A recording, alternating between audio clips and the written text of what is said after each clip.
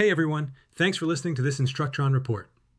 So we want to tell you about something that happened a few weeks ago that completely changed how we think about scaffolding. It's Monday afternoon, 12:37 p.m., and a student types these words into their writing activity. I don't get the prompt. Now, if you're a teacher, you know this moment. That sinking feeling when a student is stuck and you've got 29 other kids who need you too. But here's what happened next. This student didn't close the tab. They didn't write one rushed sentence and call it done. Over the next 2 sessions, 2 days, they sent 88 messages, 44 back and forth turns with our AI writing coach Trani, asking questions, trying ideas, revising, and ultimately crafting an ending they were genuinely proud of. 88 messages. When we saw that conversation log, we thought, what kept them going? What made a confused, frustrated student persist through 88 messages instead of giving up after one? The answer is in something researchers call small wins. And today, we want to walk you through what those 88 messages taught us about how students build the confidence to keep going when learning feels impossibly hard. Let's dive in. So first, let's talk about why this matters.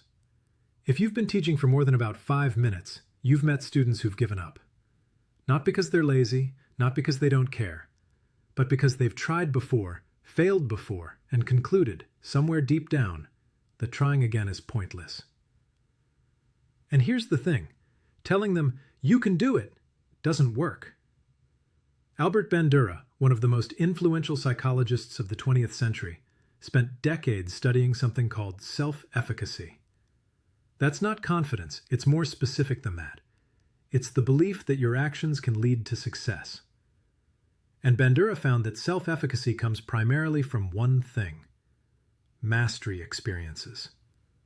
Not encouragement, not watching someone else do it, not hearing, I believe in you. Actual evidence of success. Students need proof that trying leads to progress.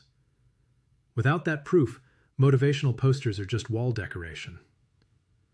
Carl Weick, another researcher, coined this term in 1984, small wins. He demonstrated that when you redefine the scale of a challenge, when you break overwhelming problems into visible, achievable steps, each small success builds momentum. Each win makes the next step feel more possible. But here's the teacher's dilemma. How do you create those small wins consistently when you have 30 students and 55 minutes? That's where this conversation comes in. So let us walk you through what happened in turns 1 through 5, from confusion to clarity. The student is supposed to finish a spooky story. Coach Bones, this character in the prompt, is telling the legend of the Headless Horseman, and the sentence ends mid-action. He hurled that flaming pumpkin right through that window, and the student types, I don't get the prompt. Now, what they get back isn't a model answer.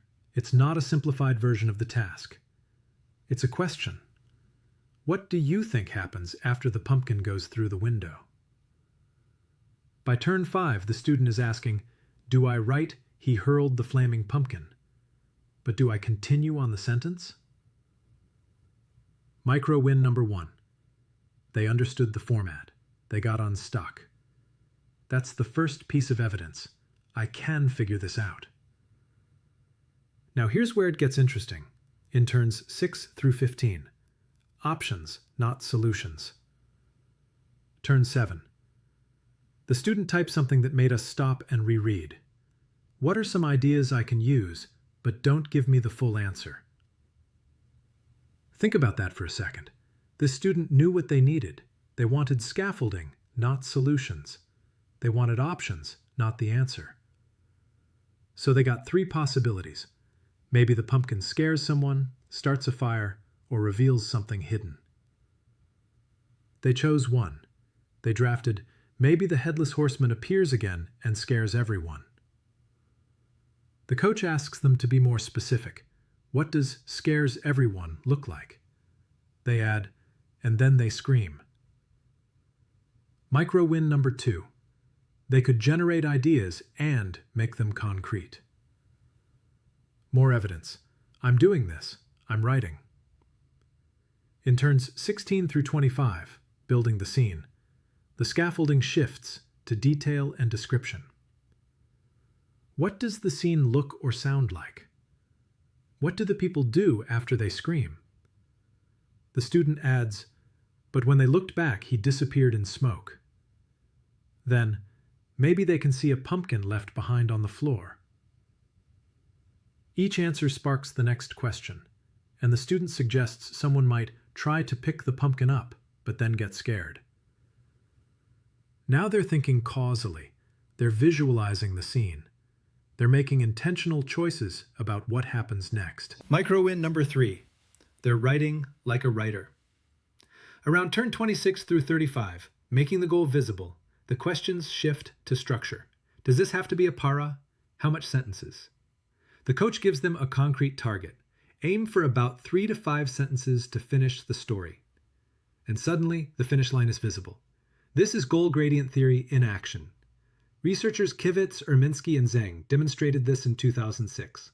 The closer we perceive ourselves to a goal, the stronger our motivation becomes. 3 to 5 sentences is countable, it's achievable, it's no longer overwhelming. The student also starts asking about mechanics. Where should I add commas? What are run-on? Micro win number 4. They're noticing patterns and self-correcting. By turn 36 through 44, revision is thinking, something's shifted. The student is no longer asking if they should change anything. They're asking what to change. They're experimenting with things like, maybe another one says that they want to see more. Dialogue formatting, character reactions, whether the mood should be curious or scared. The final exchanges focus on separating dialogue from action. Student asks, can you give me an example? The coach holds firm. I can't write it for you, but here's how you can do it. Put the character's words on one line, then start a new sentence for the action. The student keeps trying different approaches until they find one that works. Micro win number 5. They persisted through revision and saw improvement. By the end, this student had accumulated 44 performance accomplishments, 44 pieces of concrete evidence that they could write, revise, and improve. Okay, so why did this work? Let us give you 4 research principles that explain what's happening here. First, psychological safety. Before any learning could happen, this student needed to feel safe saying, I don't get the prompt. Amy Edmondson's research on psychological safety shows that people take intellectual risks, asking questions, admitting confusion, trying new approaches, when it's safe to err. Studies on error-friendly classroom climates show that when mistakes are treated as learning opportunities rather than failures, students show higher motivation, stronger relationships with teachers, and better achievement. This matters for practice platforms. When students know the stakes are low, it's practice, not judgment. They engage differently. They ask for help. They try ideas. They persist through 88 messages instead of closing the tab. Second, mastery experiences. Each turn in this conversation provided micro evidence. That's a good start. Great idea. You're on the right track. But these weren't empty praise. They were anchored to what the student actually did. Chose an idea, added detail, identified a grammar issue. Bandura found that mastery experiences are most powerful when learners attribute success to their own efforts, not external help. And that's exactly what happened here. The coach never wrote a sentence for them. Every word was theirs. Third, visible progress. When the coach said, aim for 3 to 5 sentences, the task transformed from overwhelming to manageable. The student could now count. This is mine so far. What else should I add? Breaking the task into stages, generate ideas, add specifics, fix mechanics, polish dialogue, created what researchers call endowed progress. Each completed stage felt like forward momentum. Fourth, rapid feedback. Memory decays rapidly without reinforcement. Studies replicating Ebbinghaus's forgetting curve show that without active rehearsal, newly learned information fades within hours. This student didn't wait a week for feedback. They didn't even wait an hour. Each question received an immediate response that built on their last attempt. Meta-analyses confirm that elaborated, immediate feedback significantly improves learning outcomes, especially in digital environments where responses can be tailored to specific needs. All four of these principles working together, that's what kept this student going for 88 messages. So here's the thing. You don't need AI to create small wins for your students. Let us give you 4 strategies you can use tomorrow during workshop, independent practice, or small groups. First, make the finish line visible. Instead of write a paragraph, try write 3 to 5 sentences that show what the character does next. Instead of revise your draft, try find 1 sentence you can split into 2. Or add 1 detail that shows how the character feels. Specific, countable goals transform overwhelming tasks into achievable steps. Students can see exactly how close they are to finishing.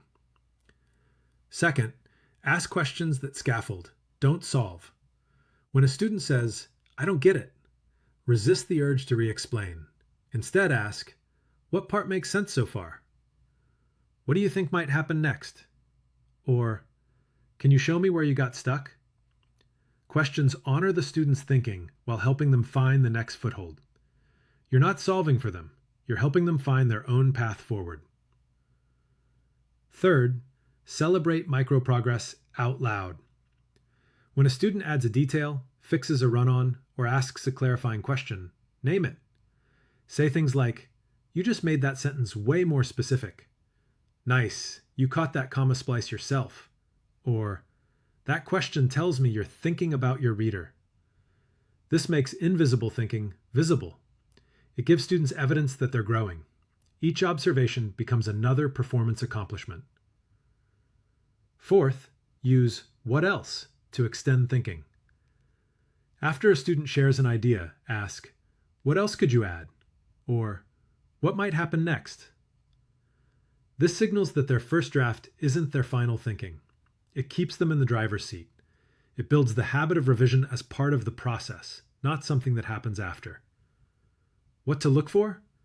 Students asking clarifying questions instead of giving up. Students revising on their own initiative. Students using specific vocabulary from your feedback. Students saying, "I fixed it," or "I added more." Those are all signs that small wins are building self-efficacy. Here's what we keep coming back to. 1 student, 88 messages. From "I don't get the prompt" to asking about run-on sentences, dialogue formatting, and character development. That's not AI magic. That's scaffolding. That's small wins stacking into real growth. And the research is clear. Students build belief in their capabilities through mastery experiences. Small, successful steps that provide concrete evidence of their ability. So this week, try this. Pick 1 assignment and break it into 3 to 5 visible checkpoints. After students complete each checkpoint, give them 30 seconds of specific feedback on what they did well.